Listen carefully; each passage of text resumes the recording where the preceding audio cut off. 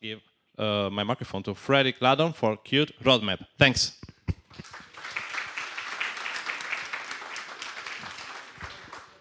Good morning. I'm really happy to be here. Are you awake? Yeah? Wow.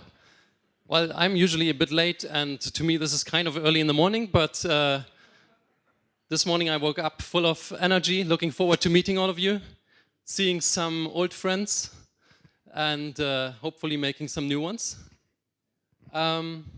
Yeah. I would like to give a bit of an update about the roadmap, what we in the Qt company have planned in the near and somewhat distant future. So I'll just rearrange the room a bit. I'll take the beating for that later. Exercising, moving around is always helpful. So let's see. Yeah, so thanks for inviting us. Thank you, Devla. It's awesome to have you as partner. Yeah, we're in the room called Oslo here, if I remember correctly. And, well, that's where I came from yesterday. I'm also really happy to be here because yesterday I started out with this. We were a bit late with the flight because they had to get the snow off the plane and de-ice it. So the change was actually quite pleasant. Morning to afternoon. So yeah, welcome everybody. Qt Day, Italy. Hello in Florence. Are you all from Florence? Who's from somewhere else? Whoa. So okay, Roma gets a big vote. Yeah, there's the people from Oslo that I know. You are cheating. Who's from Firenze? Okay, so a few. Cool. It's awesome that you came here. I'd like to give a brief introduction who I am. My name is Frederik Gladhorn. I'm originally German, but then somehow I wandered off to Oslo. I worked with KDE since, well, it's been over 10 years now, crazy.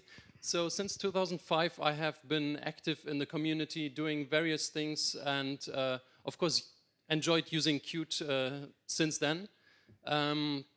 Yeah, 2010, eventually I decided, okay, this stuff is fun.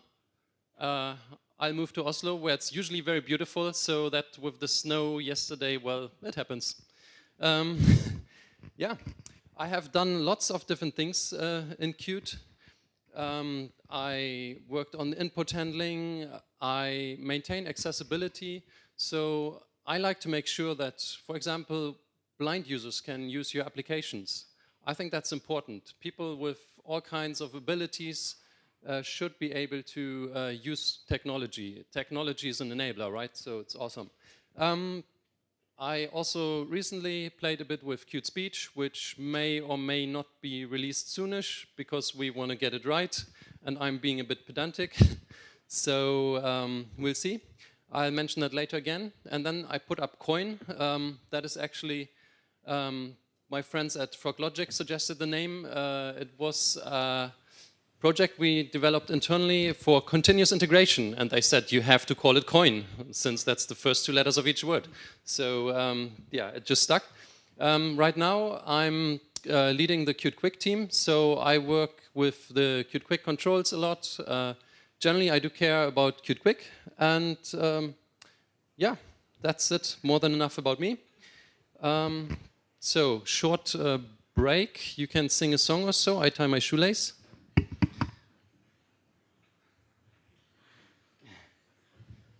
All right, and back. So, yeah, I hope it's not too boring. I'll talk a bit about the stuff we're doing. I think it's lots of exciting stuff. What do we have? Well, it's super straightforward, boring agenda. I had really trouble putting up the slide. So, well, introduction, I want to say hello. Greetings from Oslo, Berlin, and Oulu. What's going on in Qt 5.6? Is anyone, well, okay, let's start from the beginning. Who's using Qt in this room? Yeah? So I guess there are one or two people that are still in the process of starting to use Qt, which is awesome. Let's give them a hand, everybody that's gonna use Qt. Yeah, welcome to the club. And of course, thank you all for using Qt. It's awesome. So yeah, I'm just going to mention what Qt 5.6 is, and that's what I wanted to ask. Who's already using Qt 5.6? Whoa, it's only 1.5 weeks old. Crazy, it's awesome. Great to hear. So I'll talk about briefly Qt 5.6 and then 5.7, and I'll mention 5.8 a bit. So that's the stuff to come. First of all, yeah, greetings. It's probably, I have said it all. The Qt company, mini introduction, our commercial plug, I'll not talk about as extensively. You know what Devla is doing? Well, we are more in one corner. We are doing Qt. We sponsor most of the development. We get the releases out. We are very thankful, of course, that the community is giving us many patches. There are some people like Pepe over there who's looking at the ceiling. He's going to talk later, and then he's going to talk again and sit about contributing to Qt, which is an awesome thing. So I love the open source model that, yes, you can get your stuff fixed also by sending us patches and getting them in. To me, that's so exciting that we get so many good contributions from the outside. Yeah, of course, the Qt company likes to help you when you have trouble with Qt. We offer support, some consultancy, and of course, we love to sell you licenses because that's how we finance Qt development, right? So good. So much for the Qt company. Here's the team in Oslo that's working on Qt, that's working hard to make sure you get awesome software to play with and hopefully make your customers happy. I thought that's fun to see these guys, some of them in the back there are maybe on the picture, I'm not sure. That's us, and of course we have another big team in Berlin and in Oulu in Finland. Yeah, and we are happy to create Qt, and we're happy that we have you. So, Qt 5.6. Some of you know it already, so I'm telling you old stories. To us, it's actually quite significant because Qt 5.6, well, 5.60 was released, and it's in a way like any other release, but we hope that it will be a big thing in the sense that for the first time since Qt 4.8 actually, we create a long-term release. So you get 3 years of support. Oh yeah, I think I even have a slide for that, so I'm stealing the contents of the next slide, that's not good. Yeah, it's actually the last release that will have real C++ 98 support, so if you are using old compilers, that might be interesting to know. We have Qt Web Engine, which really replaced Qt WebKit, and the Qt Quick Controls, too, close to my heart, are in there as tech preview. So let's look at the details. Long-term release, what does that mean? Well, it's a release that we plan to support for at least 3 years. And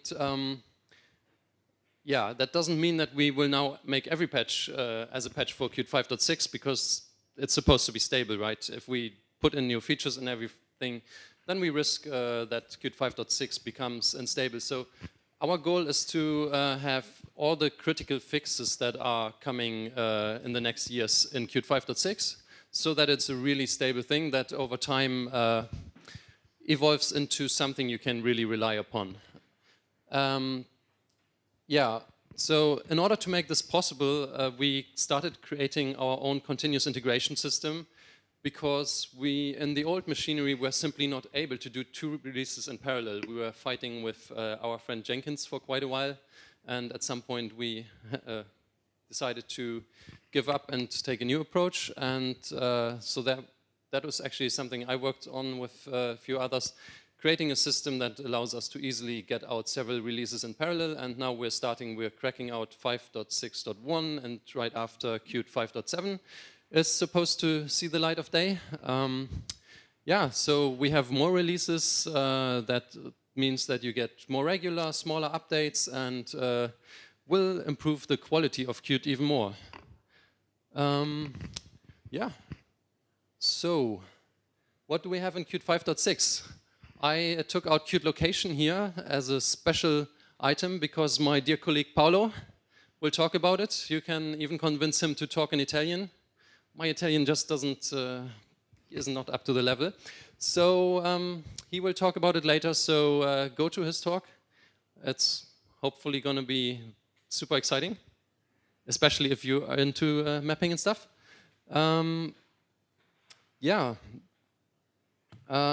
What else do we have? So Qt 5.6 made a major jump when it comes to high DPI support, or displays with reasonable resolution, or retina displays, as some call it. So like this laptop has this insane resolution of 3600 something by something. And yeah, if you get any normal application, you don't see anything because it's so tiny. So Qt 5.6 makes applications look good on high resolution displays. We have proper Windows 10 support, Visual Studio 2015 packages, which is important for many of us. OS X 10.11, well, Linux continues as always, and Android and iOS are there, but these are the new things. So Qt 5.6, yeah, it's been released, was it 1.5 weeks ago, roughly? So let's see, I hope it has a fun, long future and lots of satisfied users. Oh yeah, and if you have questions, please do ask. So then we have the future coming up. So now it becomes interesting, Qt 5.7. We just got the beta out.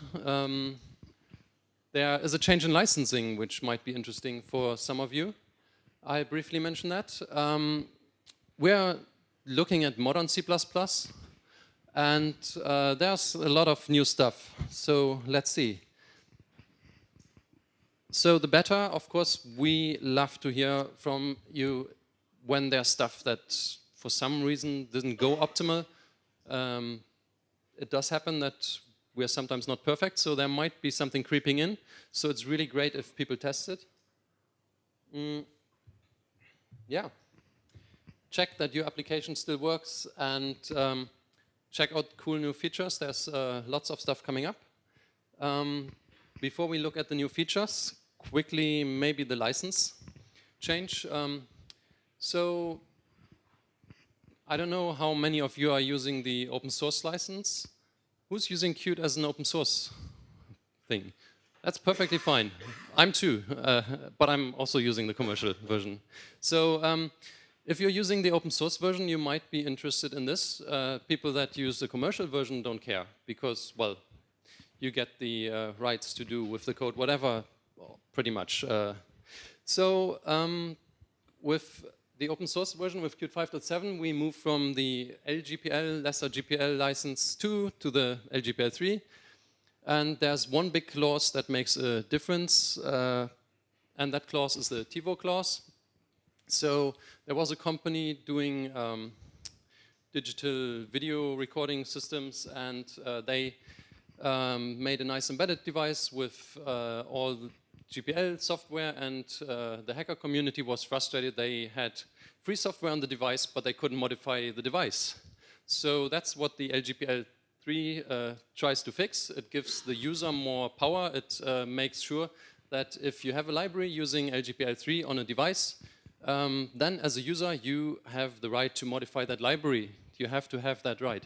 So if you build a lockdown device, you might be interested in getting a license that is different from the LGPL 3. Yeah. In addition, for those doing open source projects, because we really love free software, I'm running the KDE desktop. That's free software, and we want to strengthen that. So we actually made a lot of modules available under the GPL 3 for those using yeah, open source in the spirit of open source. So what do we have? Modern C++. That is probably worth a talk on its own. Who's using C++ 11? Ah, wow, so many, cool. We're slowly catching up, but we want to support all the old hardware and compilers and things, but these days really C++ 11 is almost everywhere. Qt 5.6 supports the oldish C++ dialects, let's say. We started now really enforcing C++11. In practice, it does not actually mean that you have to change anything, but you get to use cool new stuff. Currently, there are still some discussions ongoing what that means for Qt. We don't want to use each and all feature. Just because there's a new feature doesn't mean you have to use it, but some of them are really making sense. So with move semantics, you actually get to save memory when transferring ownership, and not, well, you save reallocations, right? So that's pretty obvious that we want that, and we already have patches in for lots of this. You get to use lambdas. You can very elegantly, in some cases, have a signal snot connection to a lambda, which means you have much better code locality. It is very situation dependent, but it's exciting. This is cool stuff. So at heart, I'm a developer, and this is cool.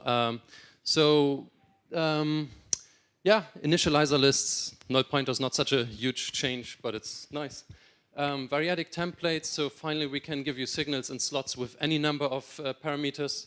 If you ever happen to read the code of how the signals and slots are implemented, in the old version you actually have a limit of, I believe, 9 parameters, and there are actually 9 functions for that. So variadic templates for the win. Yeah, tiny warning, range-based for loops. So we have the queue for each, but there's also in the new standard, there's for loops that iterate nicely over containers. Qt containers don't play very nice with them. You need to make sure that you pass a const container, otherwise you'll be detaching a lot, so be warned.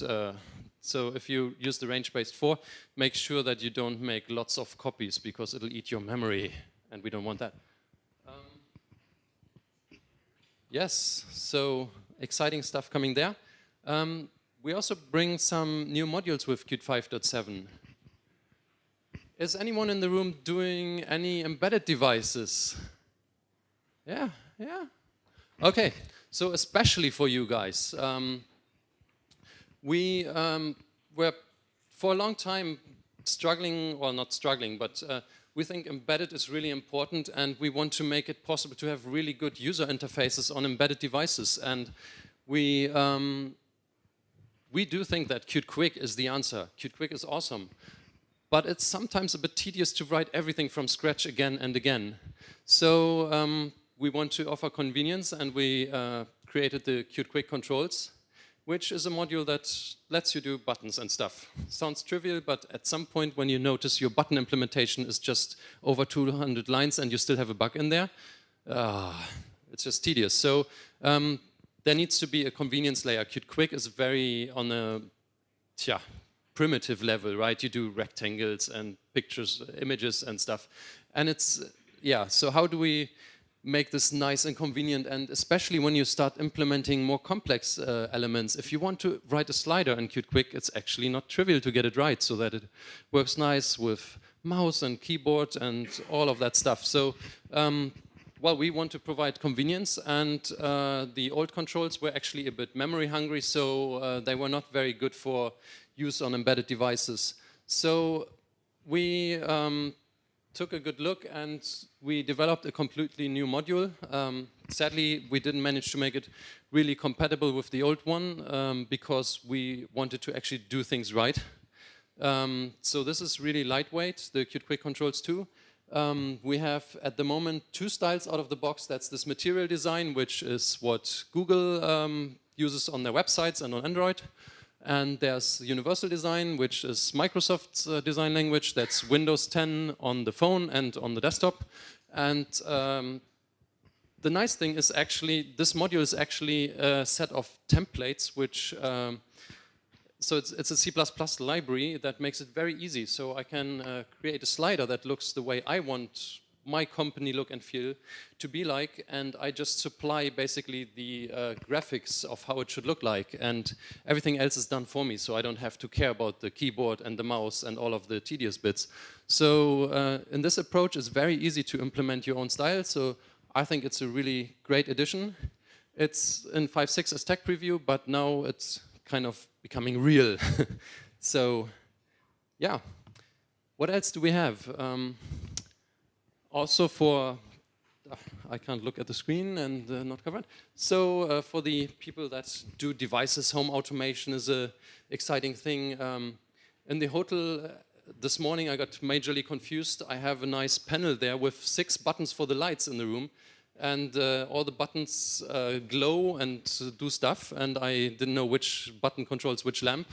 But if you're into home automation, hopefully you do it better than this hotel, which just gave 6 identical looking buttons next to each other.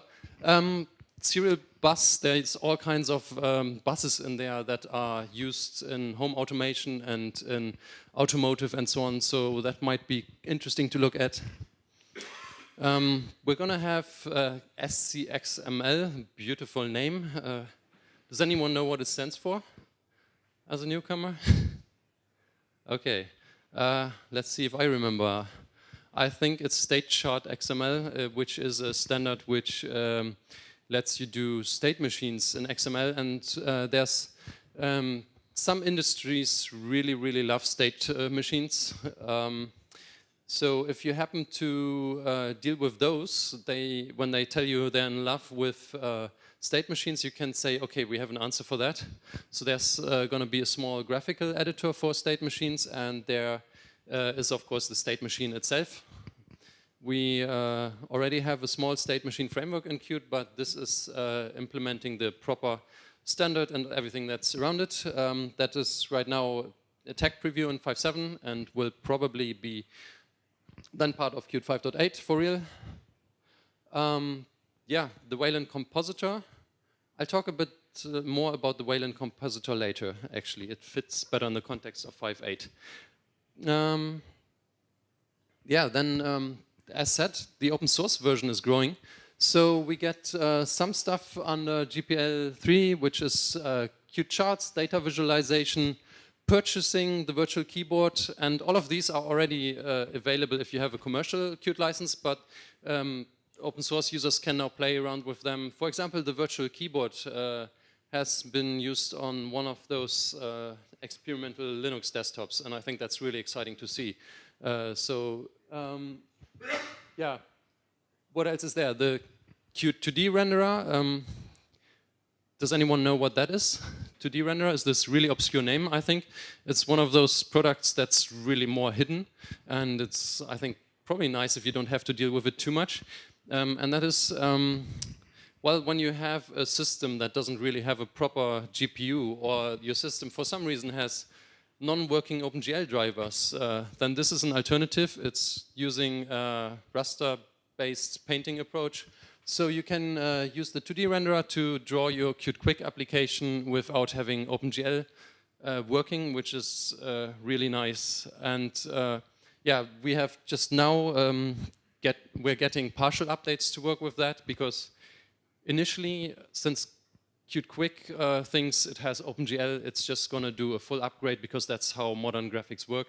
But instead now we get it so that only this part of the screen that needs to be redrawn gets redrawn, so you actually get quite okay performance with this. Of course, it will not beat using proper graphics hardware, but it's yeah, it's a good addition, and it might even, for some applications on Windows, be an alternative, because there sometimes the OpenGL story is a bit fragile.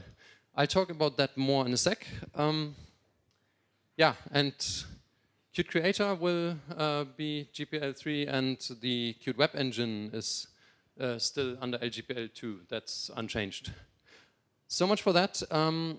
What do we have news in Qt Web Engine? Well, lots of things are improving. For those doing hybrid applications, you mix in some HTML, you show a website. We are updating to new Chromium snapshot, so Chromium 48 is pretty recent, is the basis for the web engine. We have DRM, which you may love or hate, protecting your users from watching videos when they don't have the right license also. There's printing support, there's spell checking, so web engine is kicking, and I had lots of good feedback about it recently, so yes. Sorry? Yeah, it's, oh, yes. It's wrong. Let's see, so here is this engine. Sorry. Yeah, and that's, if you don't know Qt Web Engine, it's actually, yeah, the WebKit replacement. WebKit is an HTML renderer and so on from, well, actually started as KHTML inside the KDE project. Apple took it and whatnot, and Apple and Google and everyone was happily working on WebKit until they started to split, and Google decided to fork Web Engine into the Chromium code base, and Apple is sticking with WebKit. And for us, in the end, it just turned out that working with Google and the Chromium code base was the way forward. So that is why we have this new module. Yes.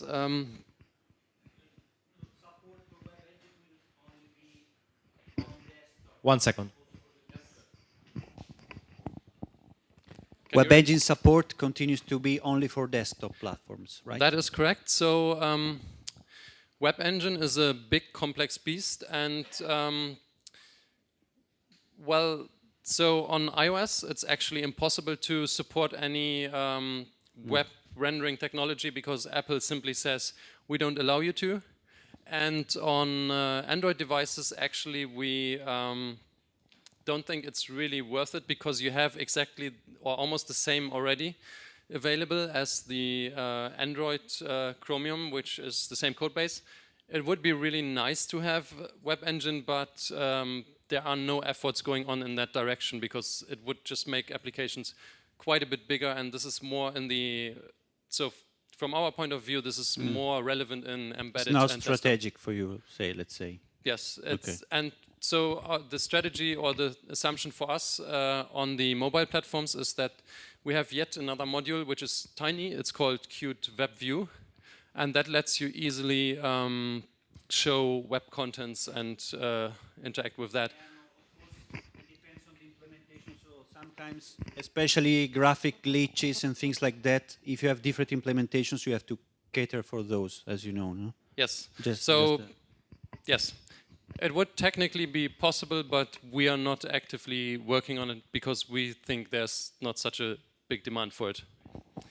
All right, so yeah, Qt 5.8, I don't want to promise anything. It's just what I think is happening from the inside. So it's probably gonna, well, it's planned for, I believe, October. So I put end of the year because who knows? Historically, we've always been slipping by 1 or 2 months. We're getting better at releasing. We're doing it more often, but yes. So let's see. There's exciting stuff coming up in the form of Qt Lite, and there's quite some stuff happening in the graphics area. So let's have a look at that. Qt Lite.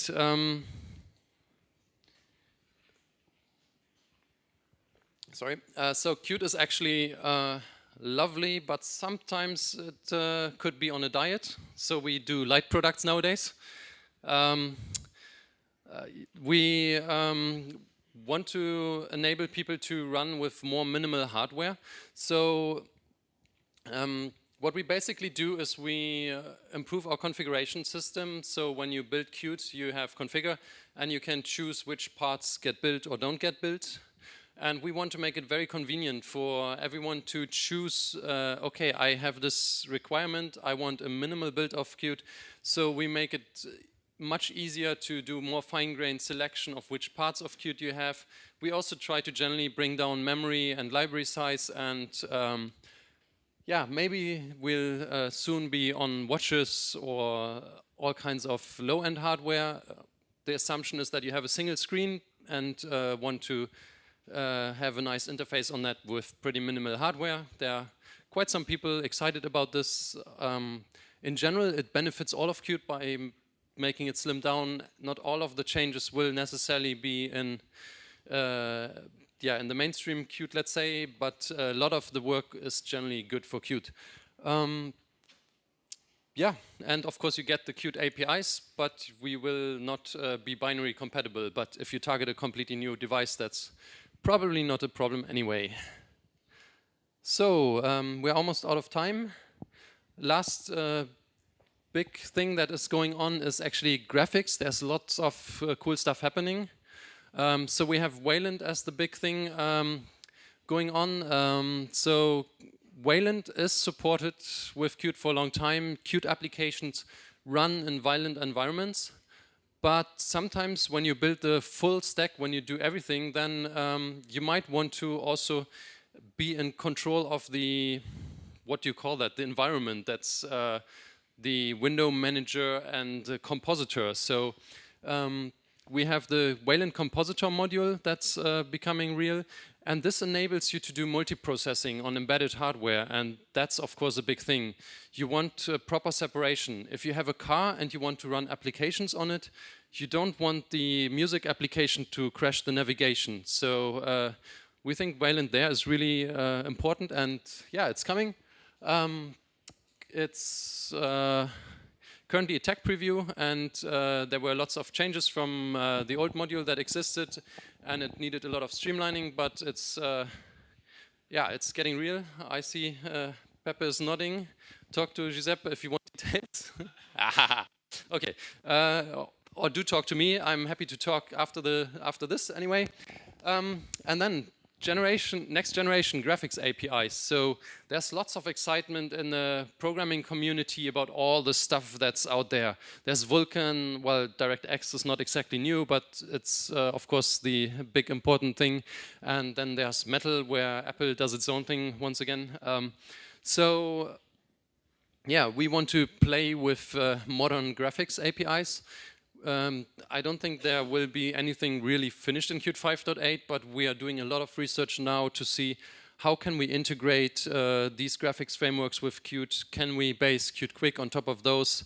So yeah, OpenGL on Windows keeps being troublesome, so maybe using DirectX is the answer to that.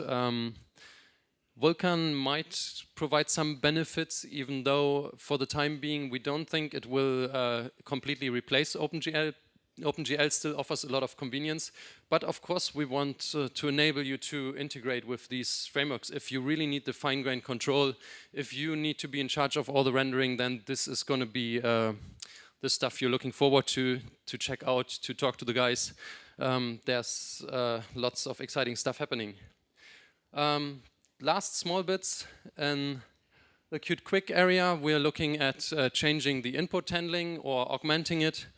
We're not 100% happy with our mouse and multi-touch areas. They sometimes bite each other a bit, so we have research going on in how to streamline that, make the experience in doing touch devices even better. There are lots of small corner cases which always are tricky to get right, so we're actually working on a slightly different API to make this yeah, feel better, more natural, more declarative.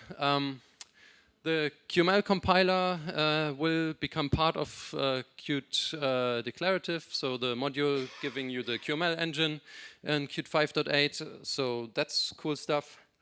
And then, yeah, last closing things, there's Qt SC XML and Qt Speech will hopefully become real modules. We'll see how it goes.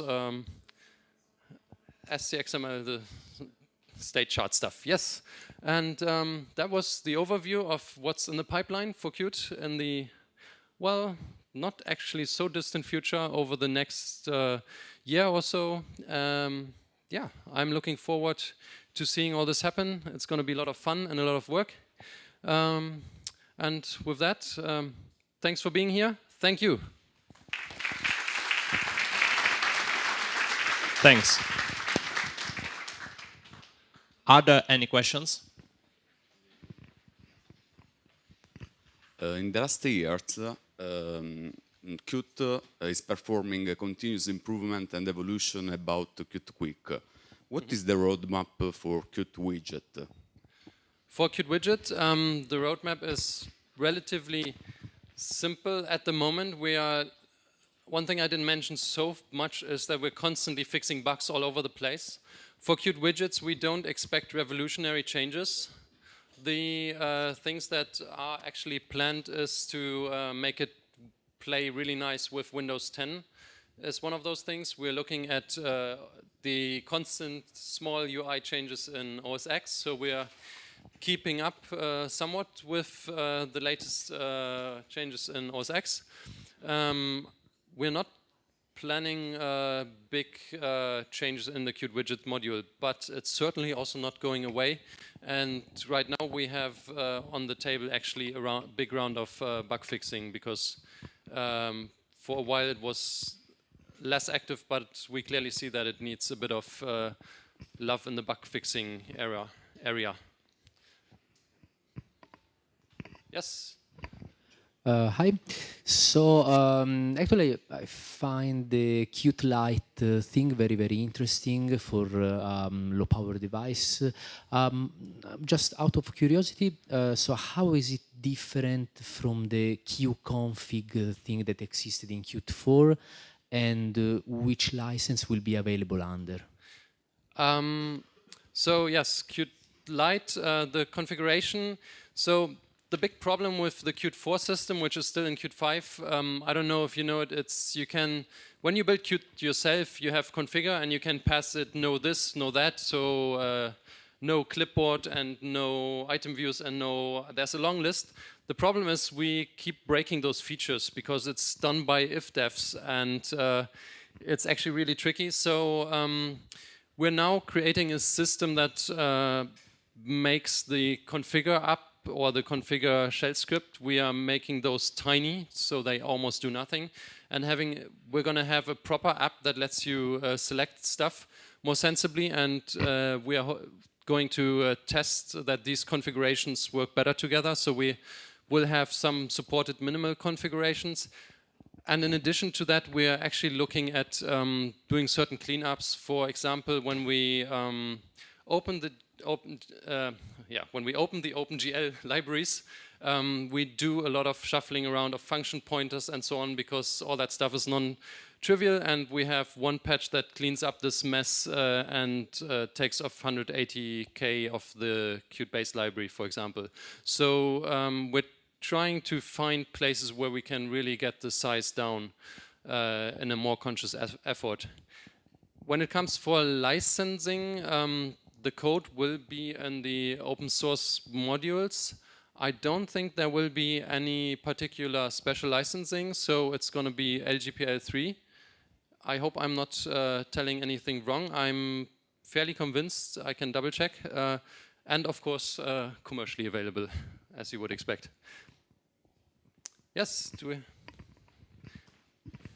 Which is the future of mobile development in Qt for iOS, Android, and Windows Phone? Mm-hmm.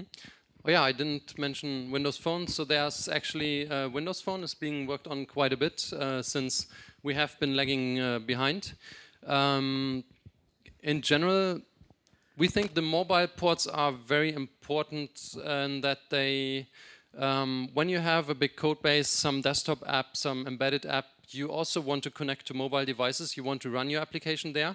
So we do think it's important to give you the ability to create mobile applications with Qt. We don't necessarily think that mobile is the big future for Qt. We are not going to dominate the mobile market, because most app development is well, people are not becoming millionaires by doing app development usually. So we think the mobile platforms are really a big augmentation. It's really important that we have them, but they are not our primary focus. More questions? Yes, please. Oh. Wait a second. Okay. I have a question about the Qt Quick Control 2. So since it will be as a present on the Qt 5.6 as a touch preview, but during these 3 years there will be the update. So this Quick Control 2 will be integrated also on 5.6 or not? I actually am a bit doubtful, because we, I believe, have some patches in Qt 5.7 in the Qt declarative module in how we handle. So we have a few improvements in the QML engine for the controls, which were not really appropriate for the 5.6 branch.